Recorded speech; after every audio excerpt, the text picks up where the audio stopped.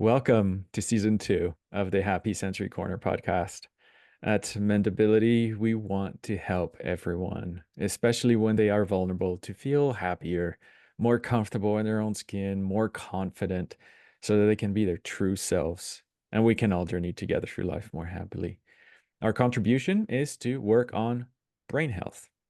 As our brains grow stronger and healthier, all of us benefit, but especially those among us who struggle to sleep or who are overwhelmed by the barrage of information from the environment or who struggle with their bodies or with abstractions, etc.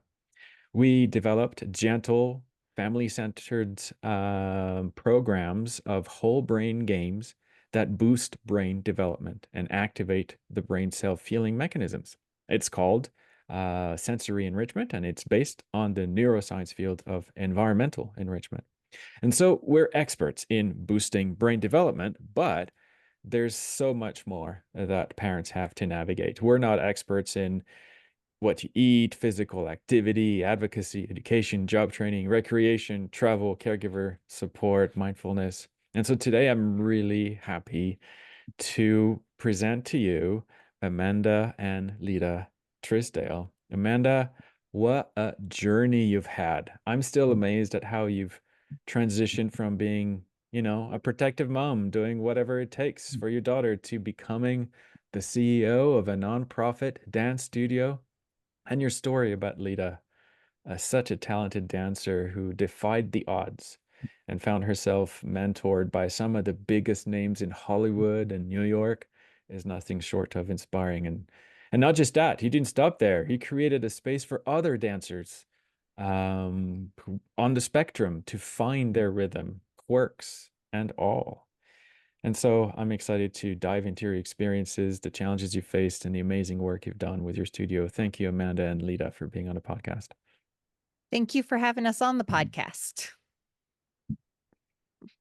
And we have Claudie, our program director and our brain development expert. And she is my mom. Hi, Mom. Hello, my son. So where do we start, Amanda? How far back do you want to go? Do you want to go where, you got inspired to start a nonprofit dance studio? Do you want to go further back than that? We can go as far back as you want to go. Okay. Well, let's start where every parent starts. You discover certain things and you go to the doctor and the doctor gives you some interesting news. What do you do from there?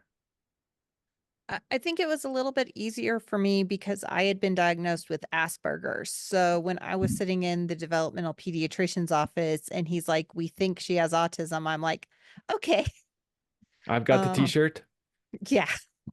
And he was joking because his son was finishing up his residency as a neurosurgeon. And he's like, "Yep, that sounds like my Asperger's son too."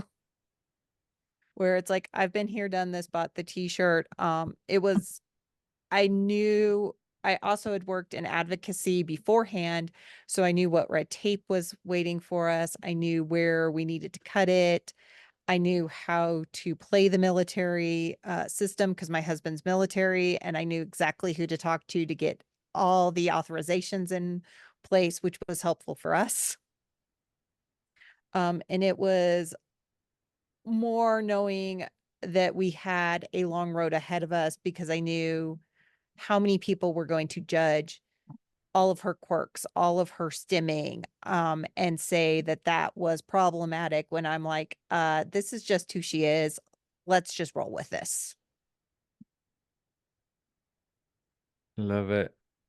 So when does dancing start to become part of the picture?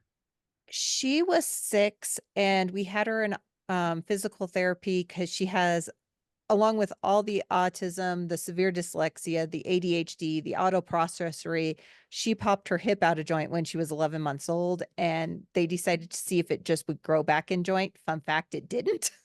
So she's got a bad hip. She was in physical therapy, and the therapist was like, "Hey, she seems to be responding to dance therapy. Have you thought about just dropping her completely in dance classes? And so we put her in the pre-dance combo class. She was iffy on ballet. She has never liked ballet, but once she slipped those tap shoes on, she was in heaven. She did not have receptive or expressive vocabulary really still at 6, but she was picking up that tap choreography like there was no tomorrow. She was picking up the tap vocabulary. She was one of her stems is and has always been a very impressive 3-point tap move that more advanced tap dancers struggle with. She just automatically knows how to do it, which is one of the reasons her physical therapist was like, dance, put her in dance. I think most of us are still just listening and not seeing, but I'm half hoping that at some point we're going to get to see that complex 3-point tap. Is there any chance you can like move the camera so we get to see those feet of Lita's? I can see if I can do that. She's got a thing in here, or we're down in this doubles as her dance studio, so I can have her run upstairs. Her expensive shoes are upstairs. She just had dance yesterday. Or And you know what? Something else I can do. I bet you have tons of videos of Lita dancing. What I could do is while you talk about or describe it, I can like insert some video clips if you're comfortable with me sharing that.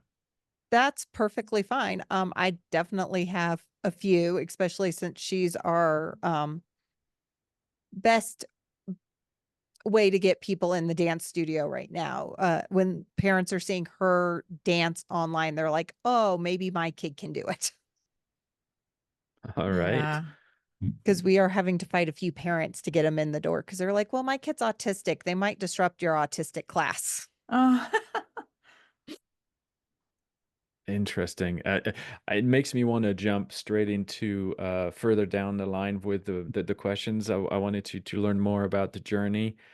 And maybe I'd like to ask Lita if she's comfortable.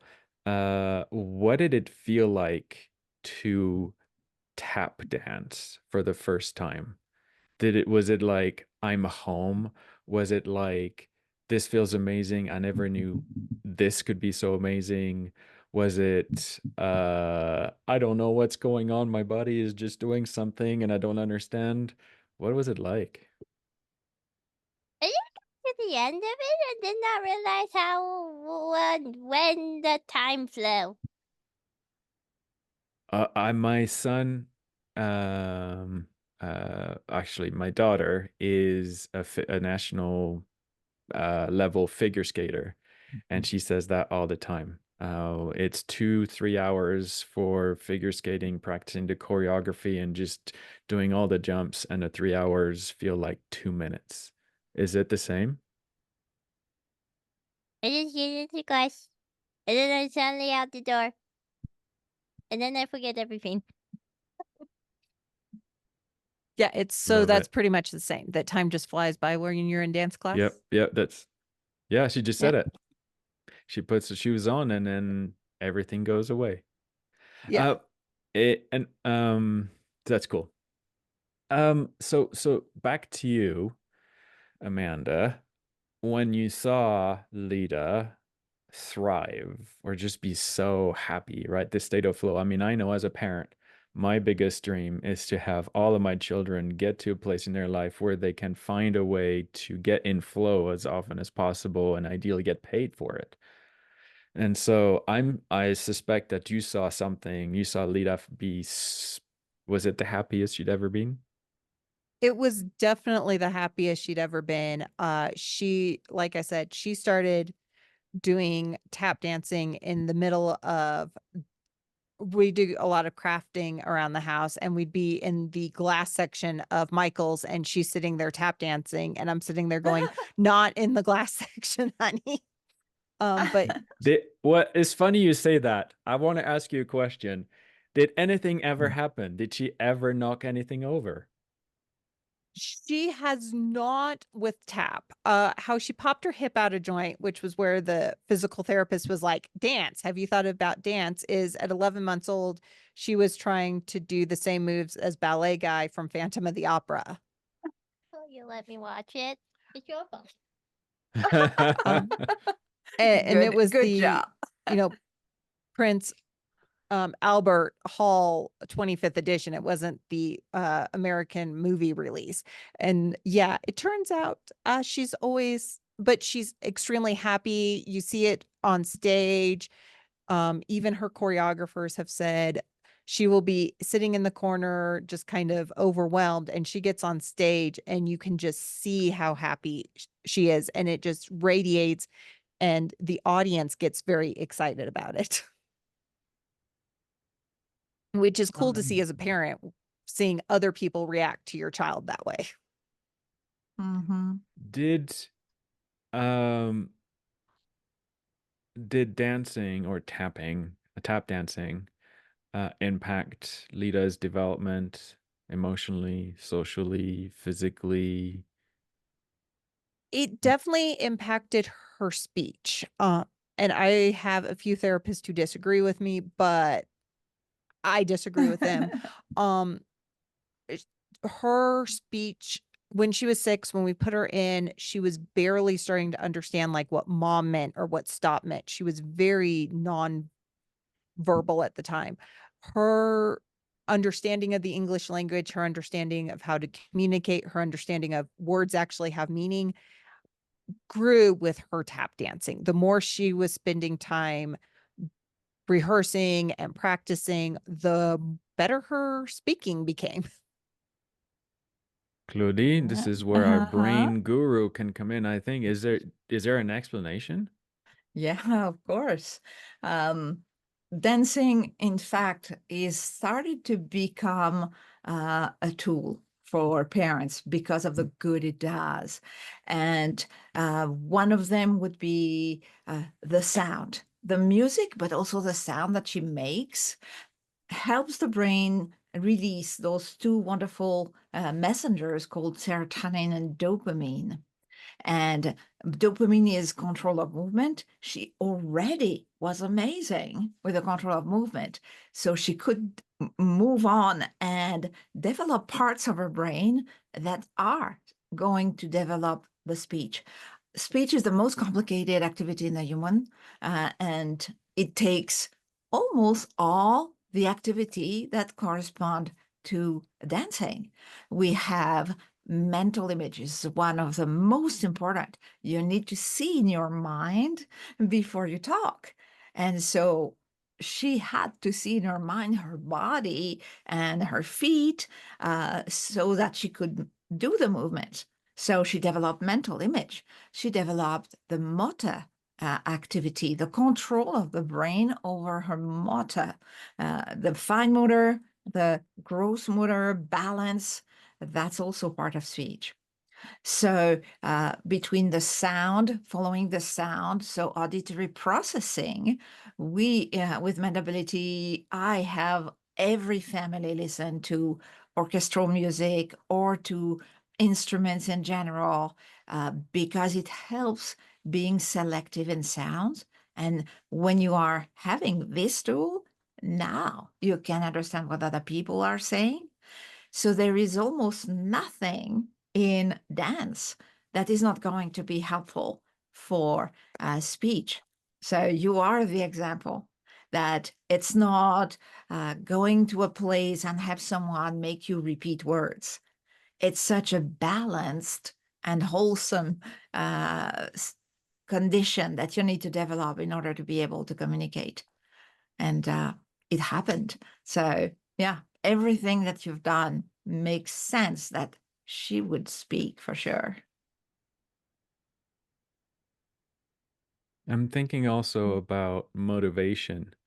Like Lita wants to just do more dancing and be more in dancing, and I think I'd like to ask that question to Lita, and I'm not sure how to phrase it, but she now wants to participate and engage more, and she can see that other people are in that world of dancing, and if she engages with those other people, she will have even more dancing, and it'll be even more fun or even more interesting. And so now she's got a reason to engage, a reason to understand more than just a transactional stuff that you usually get to in speech therapy, where you need to learn to do this and how to do this, and it's a very sterile clinical environment with no interest. But as we've seen it over and over with our podcast episodes, well, as soon as there's a connection and an interest, all of a sudden all the tools that people have been striving for years and years to teach the kids, they just come naturally.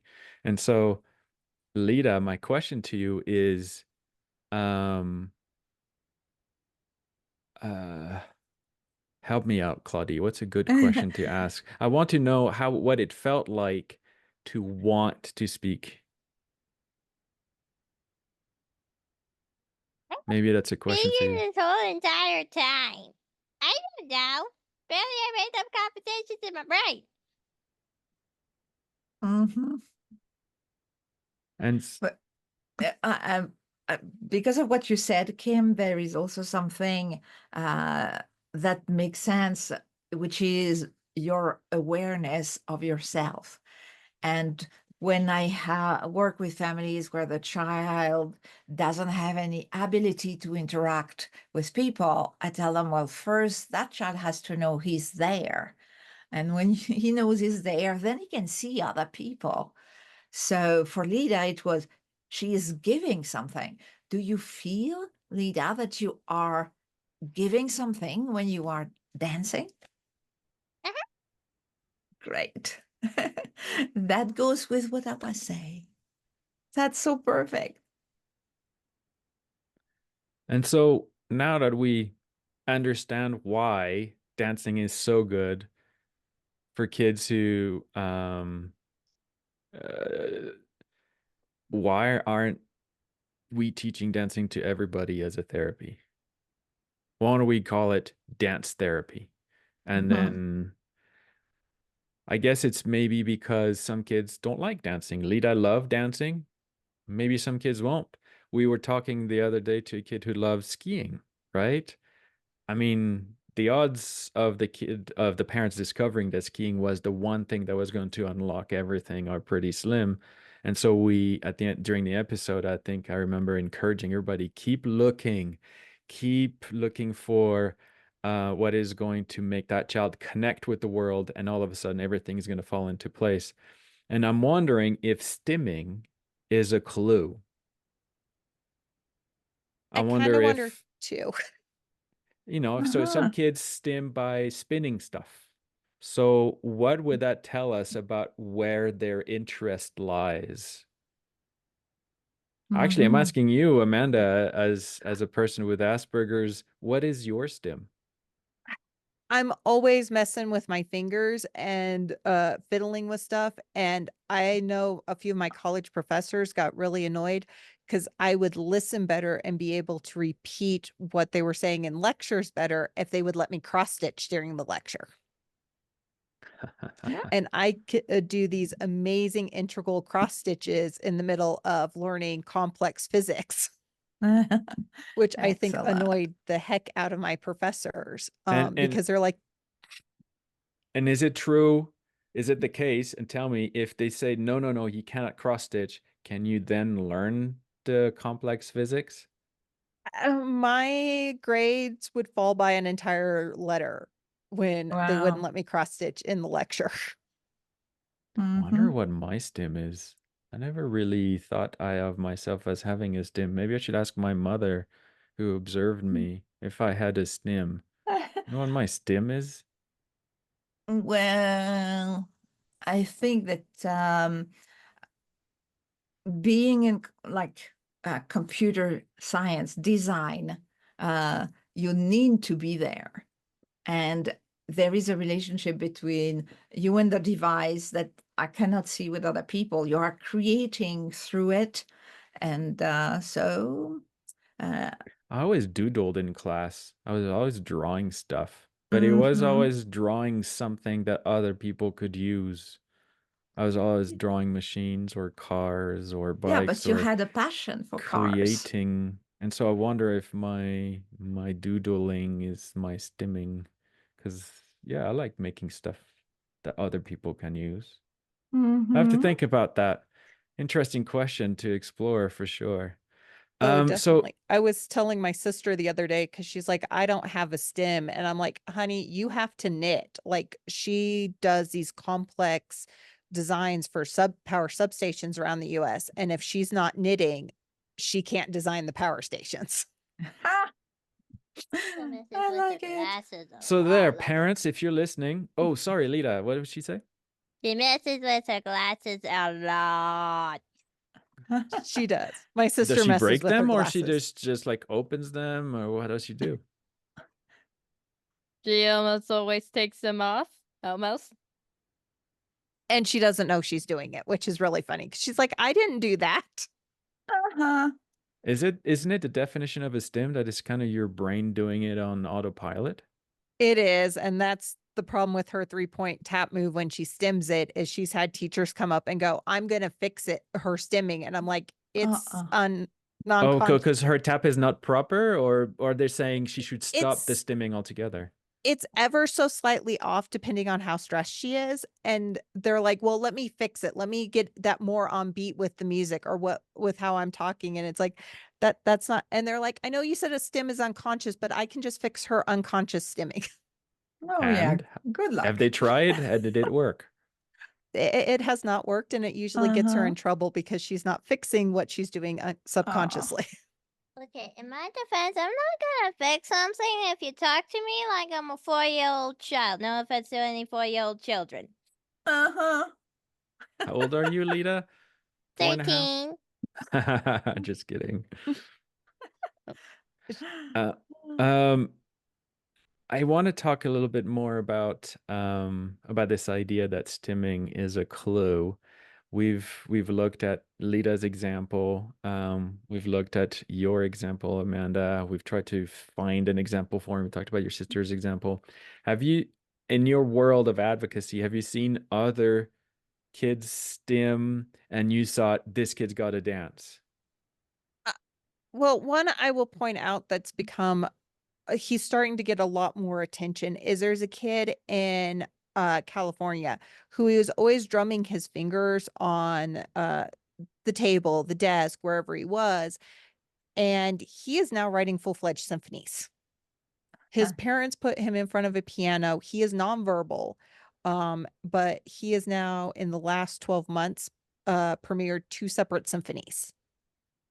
Oh, what's the name? I want to listen to his Can't symphonies. remember off the top of my head. We were in find him. Hollywood. Yeah. We were in Hollywood one of the times, and a bunch of her mentors came up and went, oh my gosh, did you hear about this autistic kid who's now doing symphonies? We have seen a lot of kids who they're like always turning, or they're up on their toes when they're walking, or they're tapping their foot with the beat, and they do become amazing dancers but we've had a problem with parents. Like I said, we just did a podcast on let your kid fly. Just listen to them and let them fly. Because we've had a lot of parents go, no, I don't want them involved in these things, not just because they want to get rid of the STEM, which a lot of these parents are like, let me suppress the STEM, but also because they don't want to let go of their kid. And it's like, I understand that, but give them 5 seconds to fly. Yeah. But we've a lot of the kids she knows in her international tap company are autistic, and almost all of them, you'll see them tapping in a corner and not even knowing it. And their mentors just do the same thing too. I'm pretty sure if we tested as much back in my age as we do now, all of her mentors would be autistic. Mm-hmm.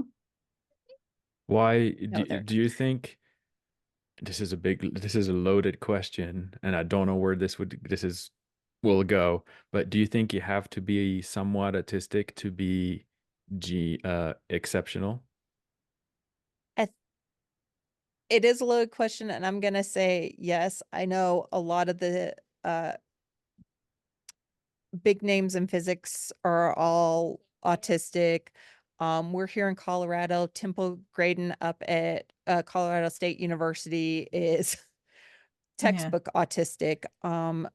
The developmental pediatrician who diagnosed her, he's autistic. His son's is becoming a well-known neurosurgeon who's autistic. Most of my friends who are her godfather's autistic. He's one of the youngest diagnostic medical directors of the diagnostic department in history. And he's like, is it because of my autism? I'm like, probably.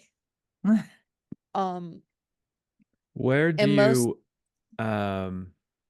if we want to continue being, I want to say political, it's not political, but maybe slightly controversial or delve into some sensitive topics.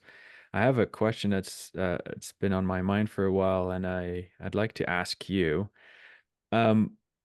where do you draw the line between this person is autistic and let them be, and you will see, and let them fly, and then society will thrive, they will thrive?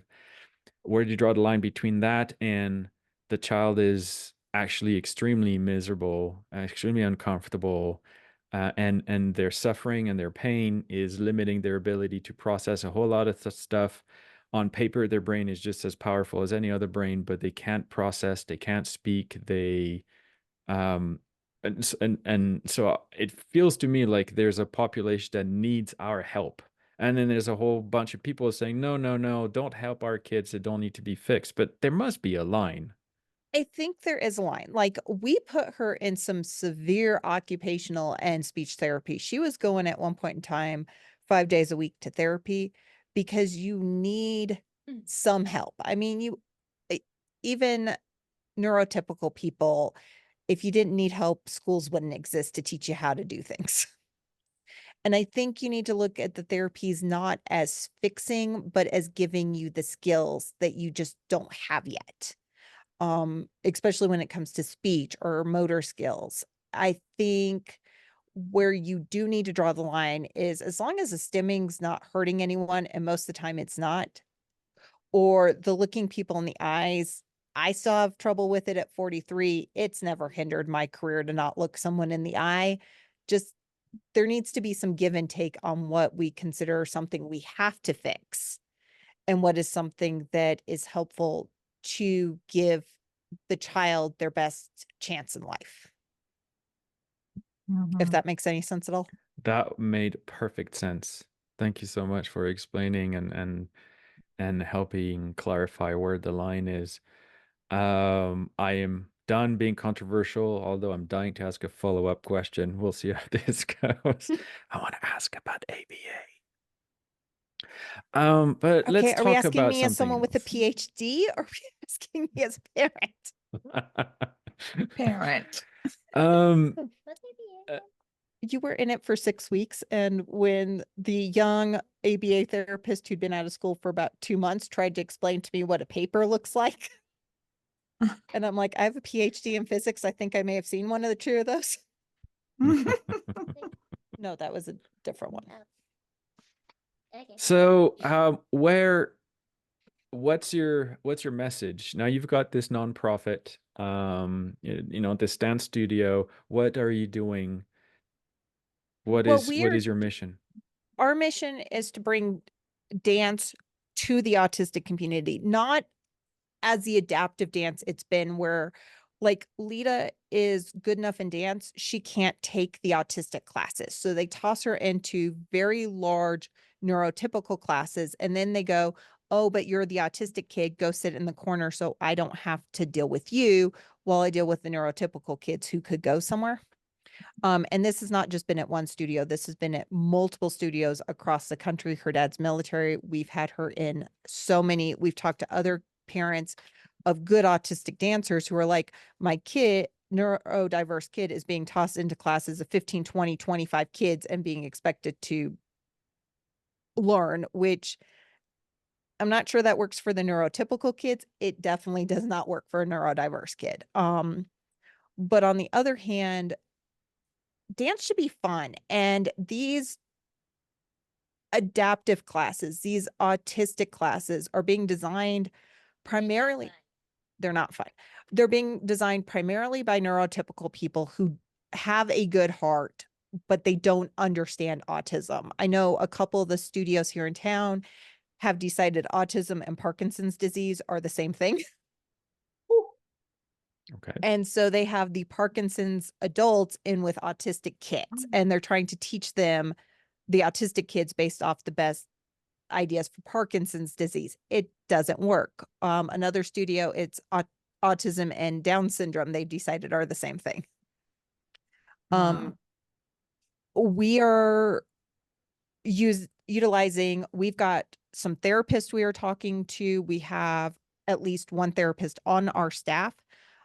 We are trying to design, not adapt. We're not saying you can't do, like if you are Lita or you are any of these amazing dancers, we're not holding you back. We're going to give you smaller class sizes.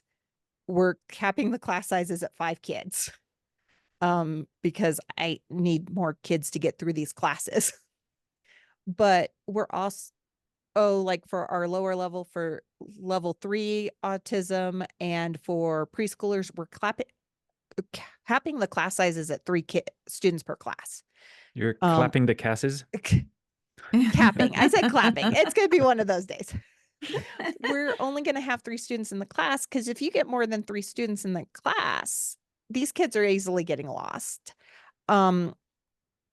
Also, I'm sure you're aware, a lot of these autism things stop at like 19. It's like autism goes away at 19.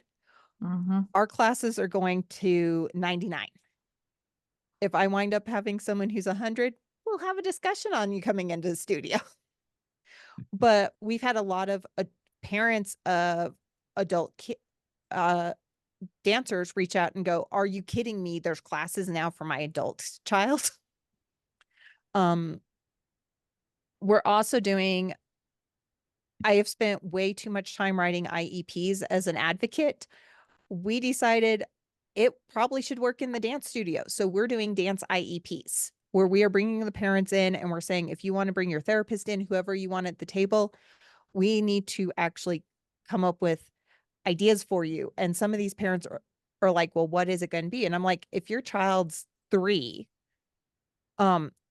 maybe it's that this year they are paying attention for 5 minutes of class by the end of the year. That I will consider a win. Because dance should be fun. It doesn't have to be as serious as Lita and some of these other kids are taking it. Also, and it sounds weird because we're in the community, the local autism classes, you have to be verbal and you have to be potty trained.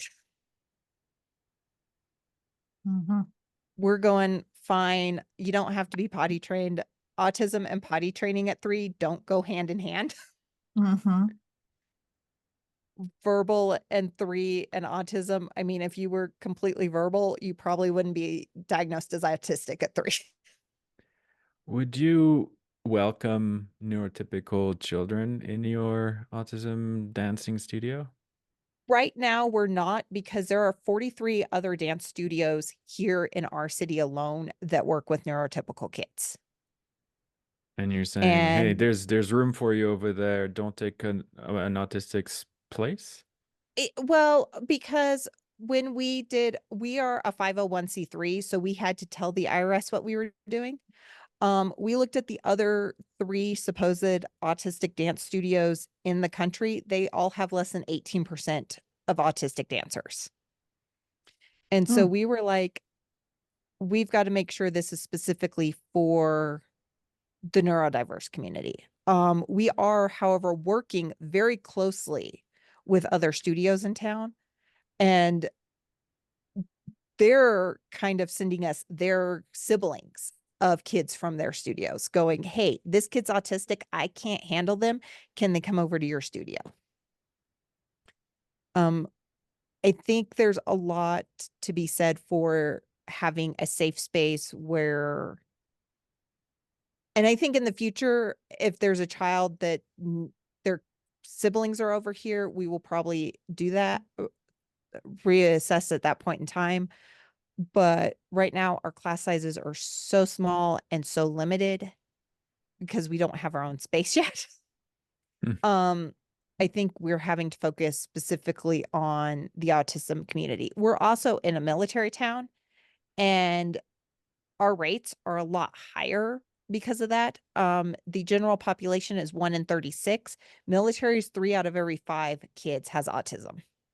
What? Oh. Yeah. Wow. My personal thought process on that, having been an advocate within the military, is that Just gets every adult with autism. it could be that. It could also be Do you think the military attracts autism? I want to know why Lita is so adamant that this is the case. What do you think that? Everybody in her friend group that's in the military turns out autistic. Everyone we test turns out autistic. Do Or you like the ADHD. military? Do you want to become like a soldier or something like that? Yeah. Okay. Her dad's military. He's currently deployed. So she's got a lot of military guys in her life. Yeah. They're all annoying. They are all annoying because they're all guys. I think one of the things is with TRICARE, in order to get your normal services, they have to have that diagnosis. And once you get that diagnosis, the military doesn't limit you on how long you can do speech therapy, on how long you can do occupational, on how long you can do physical therapy. They're just like, okay, let us know when you're done. But if you don't have the diagnosis, it's 18 months because it's considered an educational thing. Okay, so what are your hopes and plans for the future of your dance studio? I am hopeful that we can wind up having a full daytime course and a full evening course within the next 2 years. Lita's wanting to put together a professional company of autistic dancers. One of the top trending. Cake. Oh, and she likes cake. Her mentors have taught her cake is everything. Is that going to be the name of the professional dance group? I was speaking puppy. You were thinking puppies. We also are hoping to work really closely with the other studios in town, to prove to them we're not trying to take. One of the reasons for no neurotypical is they're seeing us as though we're taking their dancers, and it's like, no, we're not. I really would like to see if this dance IEP that we've got a lot of professionals working with us on, and I need a better name for it. If it takes off having individualized plans, I'd like to see this go around the country and around the world. This idea of knowing what your dancers' needs are before they enter your studio and being prepared to deal with them. And I'd like to see this take off in other towns, especially with the over 18. We definitely need ways to socialize the over 18 crowd where they can come together and do stuff. And I think those are and it would be nice to get rid of the hashtag on TikTok. Autistic kids are always funny when they dance. I would like to replace that with something else. Yeah. Yeah. Yeah. Yeah. Yeah. What would you like, Lita, to replace the hashtag with? Puppies. You like Hashtag puppies. Puppies. Professionals are under your nose, professing their proficiency at being international. I can't fit dancing in there. I'm trying. I don't know that it has to have dancing, but it would be nice to have, a neurodiverse group that can go out and pretty much prove that there's a lot of dance studios out there. While the entertainment world is filled with neurodiverse people, the dance studios themselves, these teachers are still very neurotypical and very black and white on thinking that other people are neurotypical. So I think it would also be that idea that you can be neurodiverse and be autistic. And I mean, Elon Musk has finally come out and acknowledged he's autistic. Yeah. What do you mean acknowledge? We sort of had guessed. Yeah. I mean, with having two autistic kids, it was probably a good idea that he was autistic. It's hard. She thinks the Cybertruck looks like an armadillo. Maybe that was his idea. But yeah, I think it would be on the advocacy front to, and even convince some of these parents that give your kids a chance. It may not be dance. It could be skiing. It could be figure skating like your daughter. It could be my nephew does Rubik's Cube and is hoping to go to Worlds this year. But there's probably something your kid enjoys that will help them enjoy their life, if that makes any sense at all. Yes, and look at the stimming as a clue to narrow Yeah. down, okay, here's what to explore, something that would expand on this stimming. I'm not saying that the stimming has to be productive. That's not what I'm saying. That's not the role of stimming. In fact, maybe we can ask Lita to explain to all of us why do you like stimming? Well, sorry, I shouldn't say stimming, because stimming is a funny word. It's got baggage, right? Parents, they're gonna come up with a different word, and I'll come back to stimming later. But why do you tap uncontrollably? What does it feel like to you? Why do you like it?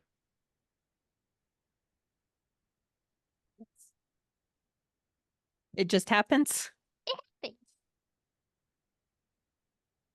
I don't think she's doing it consciously enough to know that she should enjoy it.